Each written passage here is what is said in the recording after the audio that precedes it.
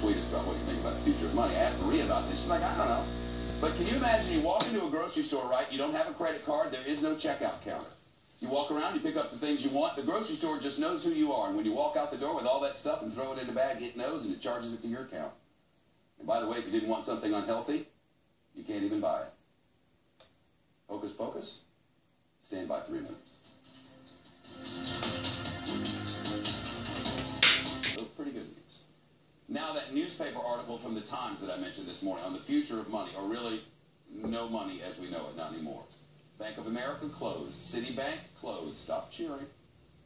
When you go to the store, you don't pay. There is no cashier. You just walk out because the store knows you somehow. Either by facial recognition or something you wear on your belt or whatever. And money is not dollars or British pound sterling or whatever. It's just digits. It's like ones and zeros. Let's bring in Heather Schlegel. She is a futurist who's helped develop internet products on Silicon Valley and has more than 50 product launches to her name. I read the article in the Times this morning and I was like, no more banks, no more money to carry around. This real? Hi, Shepard. Thanks. Yeah, it could be real. It's the kind of vision of the direction that we're going right now. Is money real today? I might ask the question to you. Very good question. Because so many of us... You equate it to social media changing our communications. Like, if I were to back it up 20 years, you know, when I'm sitting in a local newsroom in Fort Myers, and you tell me that in 20 years we're going to be communicating on this thing called Facebook and we're going to be tweeting each other, I never would have believed that we would change our communication. And you're saying that the same thing will very possibly happen with our money, right?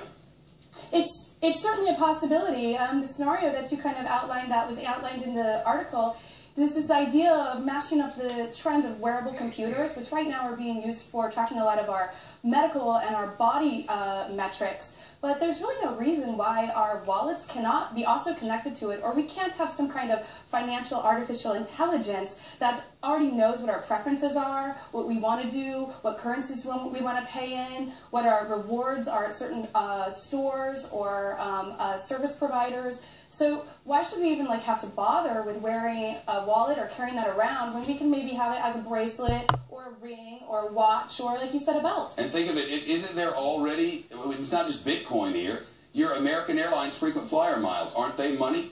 You can use them to buy things, you can exchange them for plane trips or hotel rooms, or you can exchange them for cash. We already have this.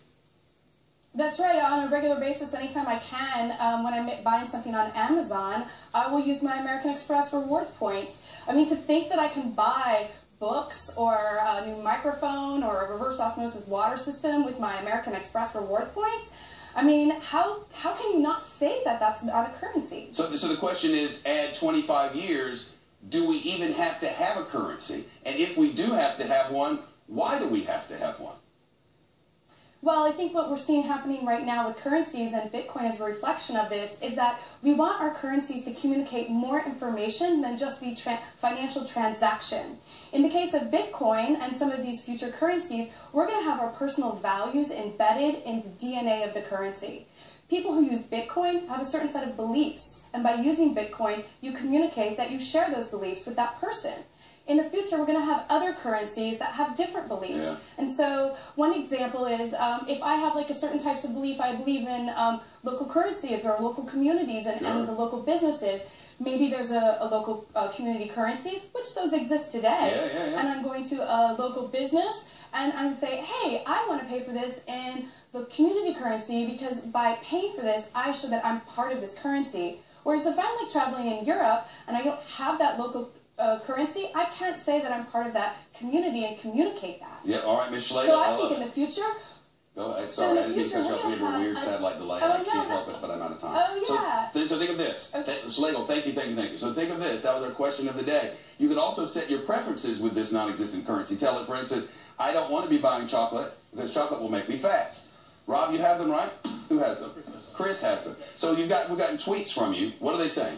Yeah, so Shep, this person says, new money is like the U.S. switching to the metric. It's not going to happen. We still use the penny. We are stubborn. That we didn't switch to the metric is Criminal. Go on. Dale says, do you really want a world with no viable currency, with identity theft and hackers? I do not want this. But do I want no more fees from Visa? Do I want no more rich fat cat bankers skimming off the top? That's a good point. I don't know. Do I? Wayne says, I think we are going to have a chip implanted in us, and we're going to be scanned. This is where the future is taking us. Wayne found the chip. You're not supposed to find it, Wayne. When the Fed stops printing trillions of dollars, what happens to your retirement stored in the biggest bubble in history? It's going to be extraordinary. It'll be very rapid. It's going to create a lot of disruption. How can you protect your wealth when the